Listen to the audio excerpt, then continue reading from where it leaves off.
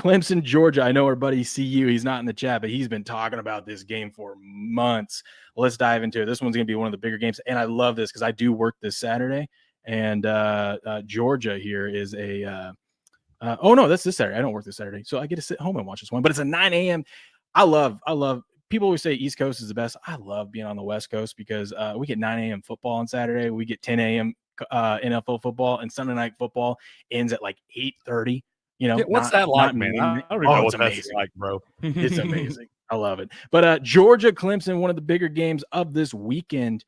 I'm so curious about Georgia here because they're Georgia, right? They've only lost to Nick Saban in the last like 4 years. I think 2019 was the last time they lost to a non-Nick Saban coach team. Yeah, and they obviously have all the talent. They're the favorite, preseason number ones, and they deserve it. But they've had all those off-season issues with players getting suspended.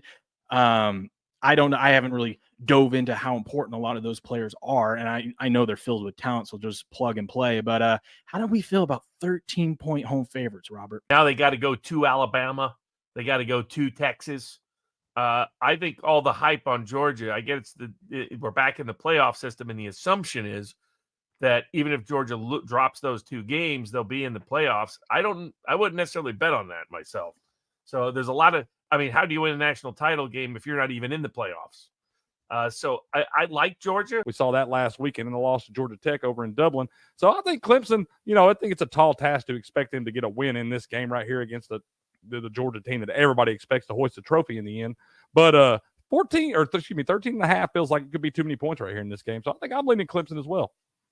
I think I'm there with you guys. I'll probably end up teasing that one. But part of me is just like, I'm just going to probably stay back and just watch this game because I wouldn't be surprised if it's like 28-0 at half and Georgia's just dominating, because it is Georgia, right? I mean, like I've seen this story before. Yeah. There's better bets I think I can find throughout the week, and I could just sit back and enjoy a good football game, hopefully a good football game. But they beat an Oregon team 49-3 a couple seasons ago. That was a pretty daggum good Oregon team. Yeah.